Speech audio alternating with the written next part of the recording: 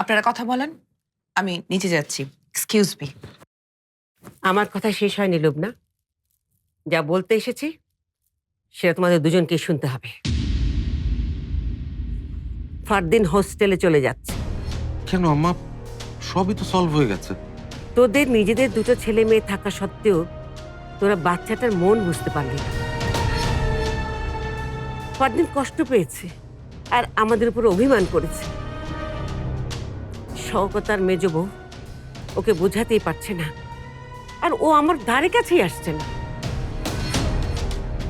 ভুল বোঝাবুঝি যখন বড় বউ শুরু করেছে, আশা করি সেটার সমাধান তুমিই করবে।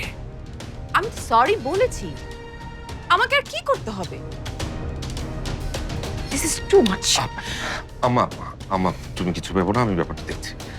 হ্যাঁ, যেটা দেখার সেটা তো তোদেরকেই দেখতে হবে। আমার পরিবারের একটা মানুষও আলাদা থাকবে না। এতদিনের বন্ধন, শৃঙ্খলা, পরম্পরা আমি কিছুতেই নষ্ট হতে দেব না।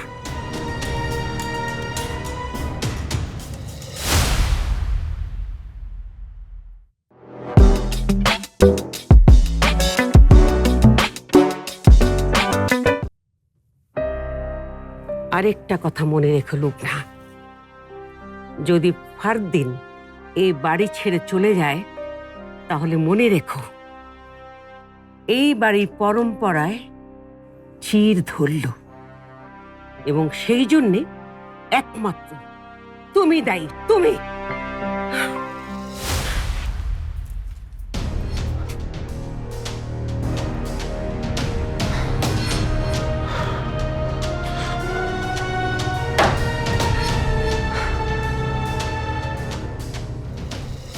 মেঘা, মেঘা, কই তুমি?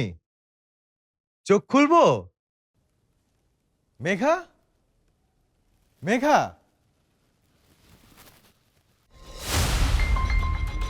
মেঘা,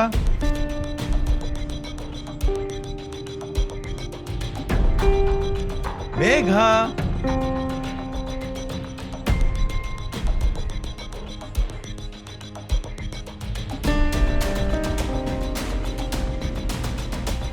মেঘা।